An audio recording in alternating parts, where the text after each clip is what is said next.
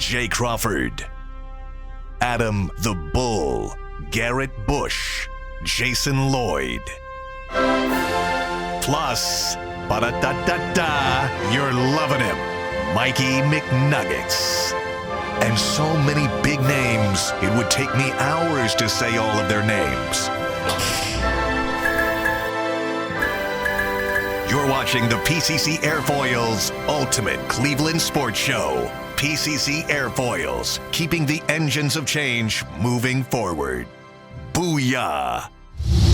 And welcome to the Ultimate Cleveland Sports Show here on WKYC. We are 51 hours and 30 minutes from showtime. It's the Browns at the Rams. I'm Jay Crawford. I'm going to tell you why the biggest story coming into this game is injuries. I'm Adam the Bull, and I'm going to tell you why old man Flacco has to be the choice this Sunday against the Rams. G. Bush. I am G. Bush, and I will tell you, Myles Garrett might be playing, but Denzel Ward being out of this game is a huge factor. Jason? And I'm Jason Lloyd. I'm going to tell you what happens before the game. Headlines, it's one of our favorite segments on the show. Mikey. I'm Mikey McNuggets, and Coach Tyvis gave me a first-class education on how JOK went from being just a guy to being a potential Pro Bowl. He's going to do the same for you in just a few minutes. Man, if he's old man Flacco at 38, what are we? Very, very old. That's got me thinking, Bull. It's got me thinking. All right, obviously, Joe Flacco is the linchpin to this game. How will he play? Fourth quarterback this year for the Cleveland Browns. We know he's got a Super Bowl. We know he's 38 years old. What's going to have to happen for him? Like, let me start it this way. Would you rather it be Joe Flacco starting over a DTR who's still in concussion protocol at this point doesn't look like he's going to be able to go? I think it's got to be Flacco. You know, earlier in the week we all said, well, if DTR gets cleared, let him play. And then Mary Kay came on and said, listen, he got clobbered. His mouth was bleeding. It's already Friday. Now, maybe he gets cleared today, but I think at this point, you got to go with the veteran. We've talked about on the YouTube show at length, the practice reps are so important to these guys.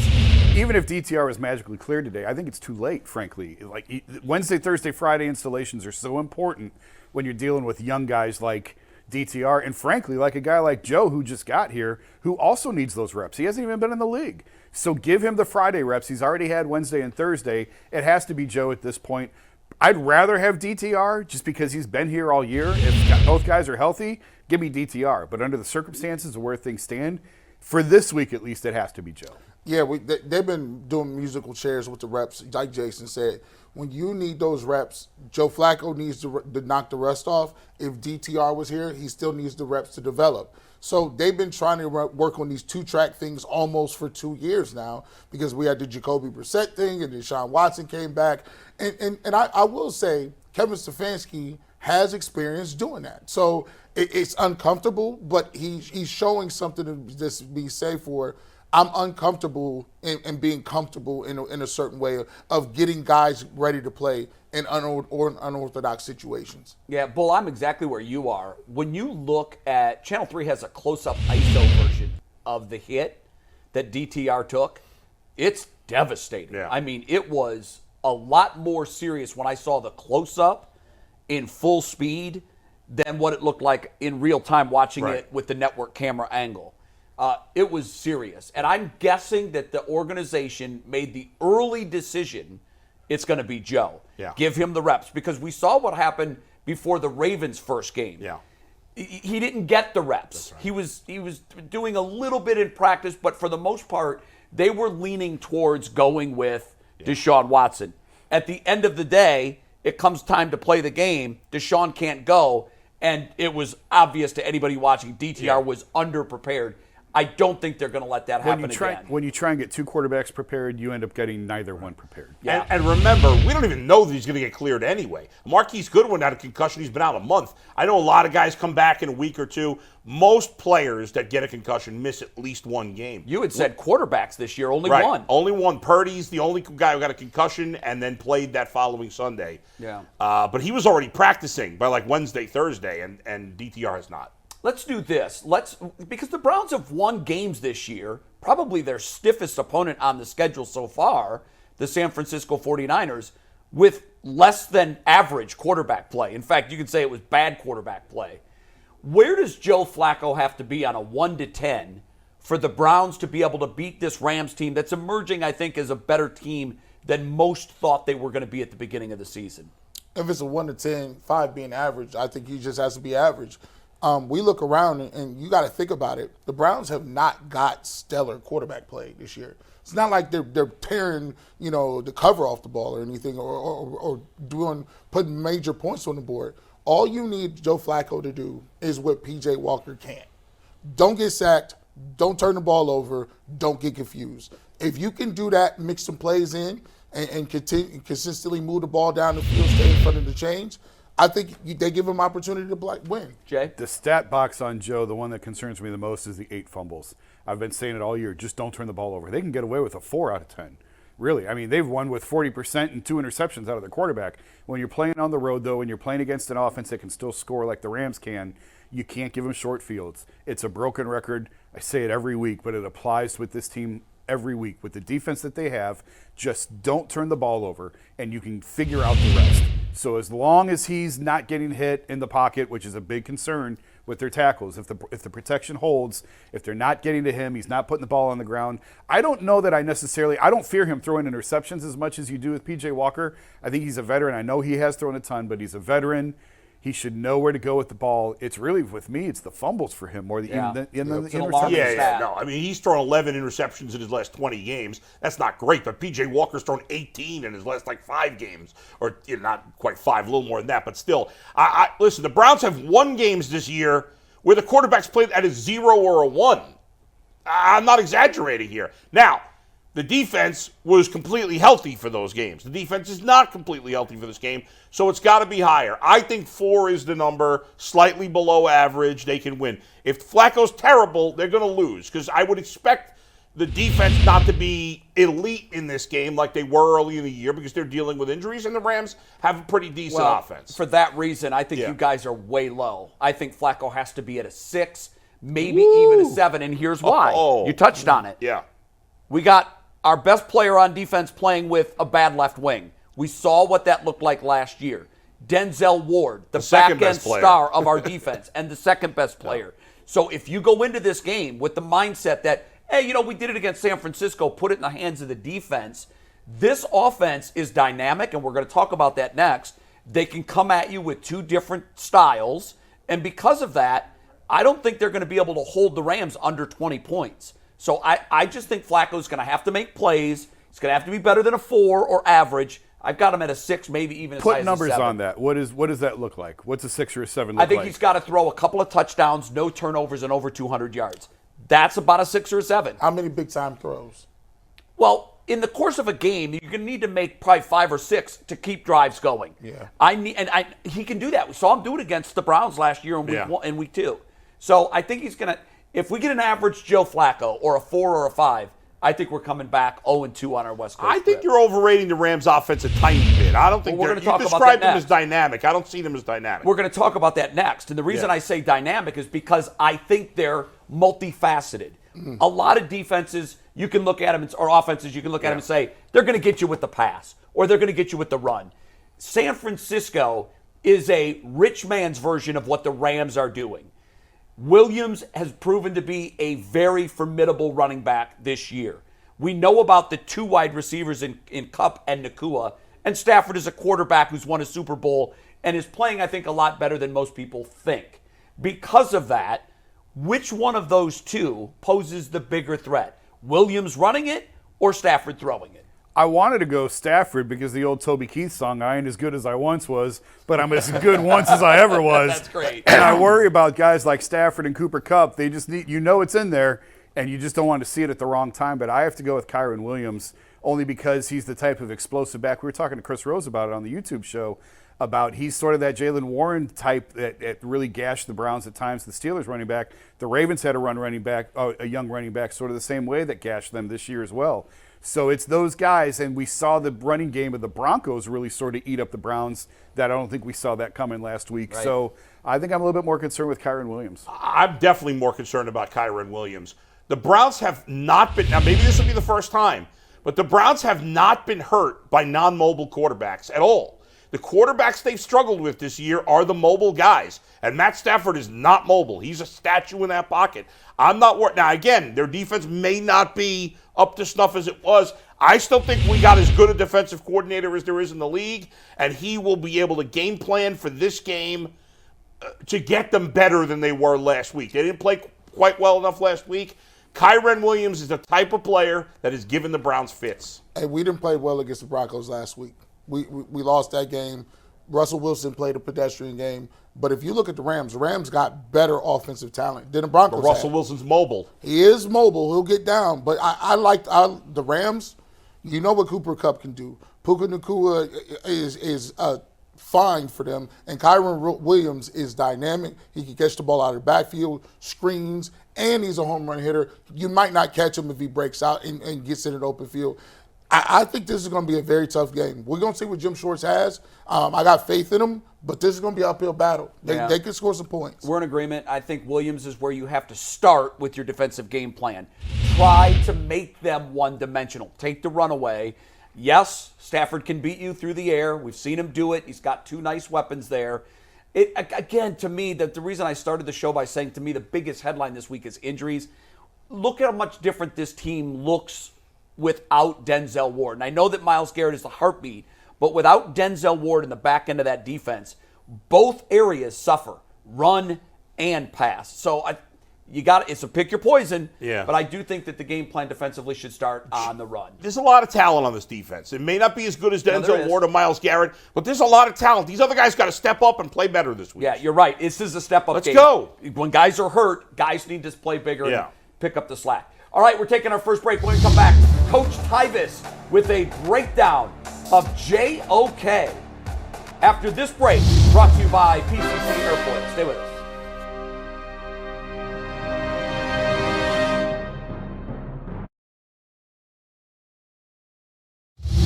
Welcome back to the Ultimate Cleveland Sports Show on WKYC Channel 3.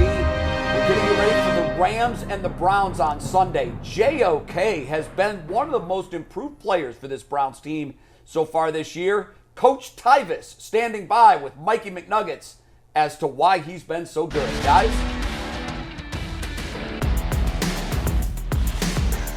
Thanks, Jay. Coach Tyvis joins us every Friday, and he helps us break down and showcase a player on the Browns who's gone above and beyond our wildest expectations. Last season, JOK, you could have said that stood for just okay. This year, the Browns' third-year linebacker might be a Pro Bowler, and he did some things against Denver last Sunday that were phenomenal. So good that we had to bring Coach Tyvis in to help explain what he did, why he did it, and why it's so difficult. Well, just okay looked pretty darn good on Sunday. I'm going to tell you that right now.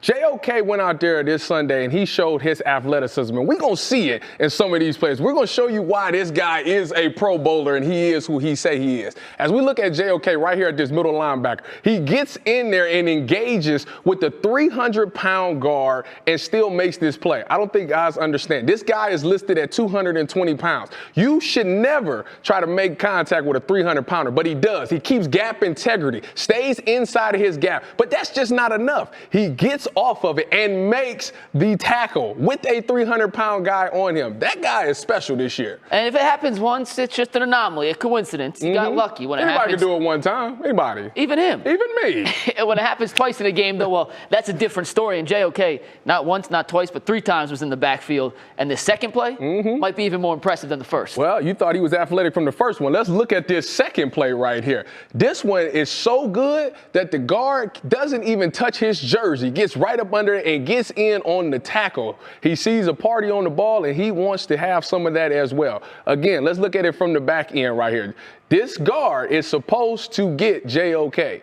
He doesn't touch his jersey. Gets up under there and makes the tackle. JOK is playing at a very elite level right now. And last year, instincts were something we questioned about JOK. Did he have the requisite instincts to play linebacker? D'Qwell Jackson, maybe the best Browns linebacker in the modern era, came on our show and said, I don't know if he has the instincts to play the position at a high level. This year, not the case, and his sack against Denver appears to have come off straight instincts and film study. Well, film study is a big part of it. Let's look at JOK on this sack right here. This is one of those moments, you know, when you look at film and you say to yourself, okay, when this play comes up, I'm going for it. And that's exactly what this was.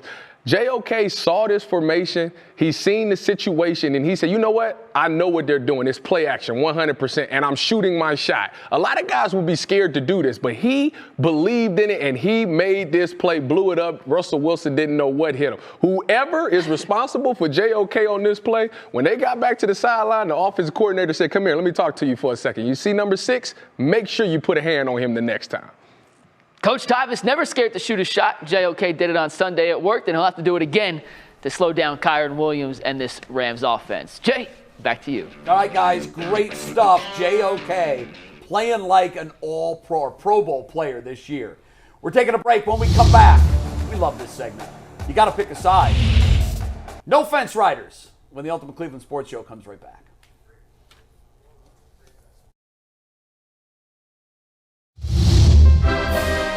Welcome back to the Ultimate Cleveland Sports Show. If you're a fan of the TV version, check us out on YouTube every Monday through Friday, 11 to 1. Just go to YouTube, type in UCSS, and our page will pop up. Like us, subscribe to us.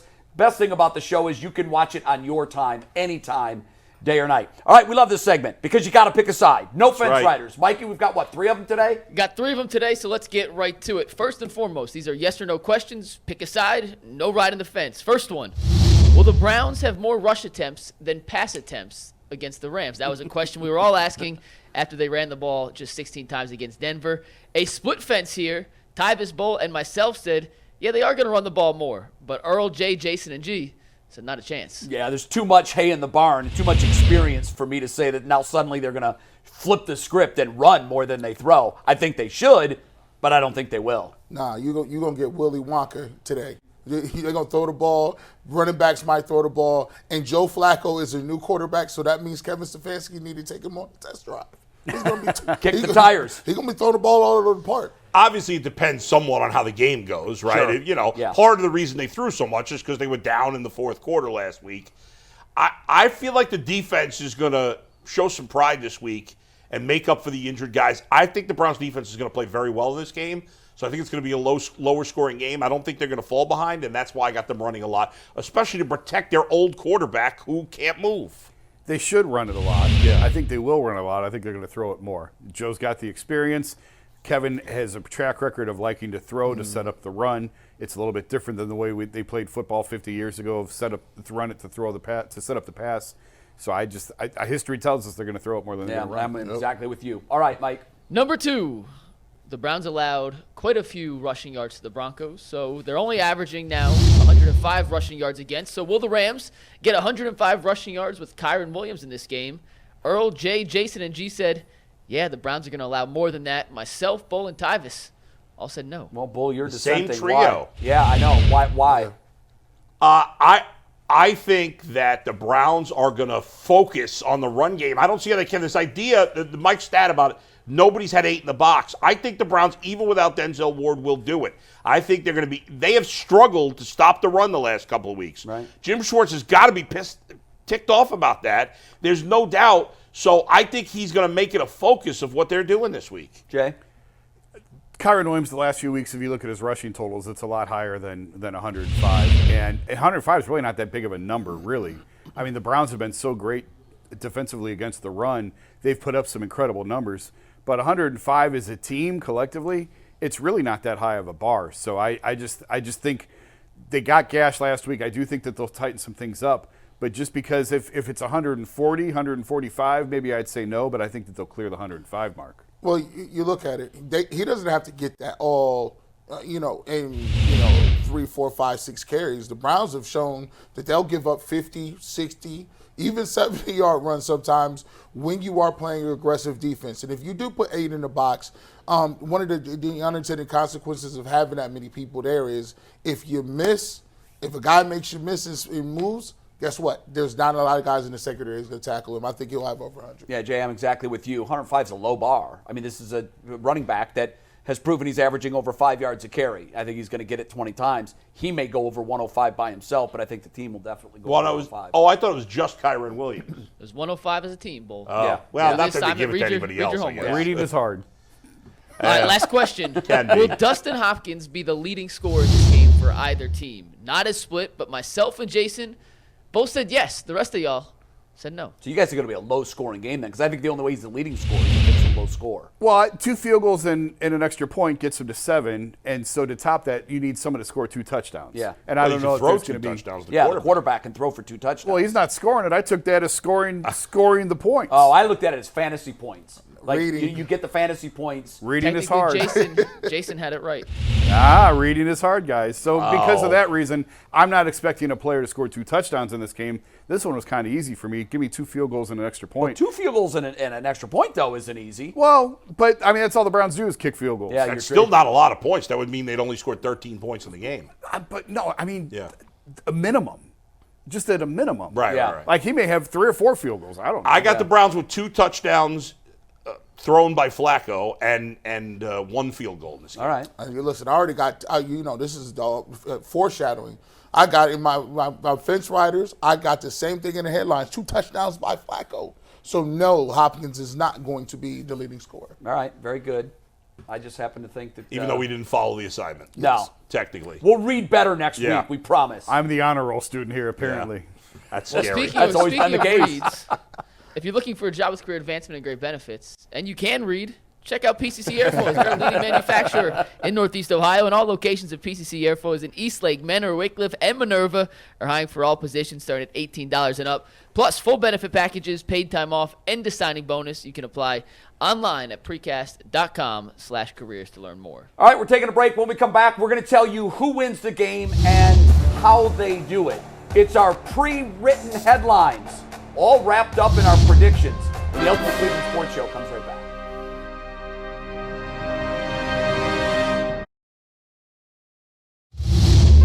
Welcome back. It's the culmination of our WKYC Ultimate Cleveland Sports Show. We do it every week as we lead up to the Browns games. We're making our predictions. We call them pre-written headlines. Bull. Guys, I don't want to rely on Joe Flacco for the rest of the season, but I'm good with a couple of weeks. I think he's going to have a pretty solid game here. Jay talked about he needs to be a 6 or a 7, 200-something yards and 2 touchdowns. That's what I got, 225, 2 touchdowns to lead the way. 1 to Cooper, 1 to Cedric Tillman, and the Browns hold off the Rams 17-14. Still enough gas in the tank. I'm going to tell you what. Kool-Aid Mafia is ready to go. Ooh. Flaccavelli rewinds time. Flaccavelli. 3 touchdowns. He drops 3 TDs on the Rams in a 27-19 win. And I'm going to tell you what, get used to seeing Joe Flacco under center, baby. Wow, it's going to win the job. Won the job. Boy, we're all sort of in the same vein here with Flacco. Joe puts his teeth in, and the dogs find their bite. Browns wheel Flacco out of retirement home and win with their 4th quarterback of the season. Old Joe's bag of bones, 38 years old, dragged him off the golf course, slapped the helmet on him, and threw him out on the field. Man, so puts it's his teeth in. What's the most quarterback? goodness. Mike, before Monday, Got a walker, too? we need to look up the most quarterbacks that have won a game for a team in 1 year. This would be 4. Because it would be 4. The last time it happened was 2015. The Houston Texans made the playoffs with 4 different quarterbacks winning a game. That's nuts. Has anybody ever had 5? I'll double check, but I still do got not 7 believe weeks there's I left. can't imagine that anyone Or has won 6. 5. All right, here's my headline. This has been a trend this year. You guys are all on board, and I'm just not. I'm looking at this is, death by a million cuts on the injury front. We've got not just missing parts, we've got vital missing parts. It's on the road. The Browns haven't won on the West Coast in a decade. They're 0 for their last 8. I just can't see how they pull this one out. Please, guys, prove me wrong. I think they come back with a 7-5 record. What has Anthony done to Denzel in the background of Denzel that? Ward is in a fetal position right there.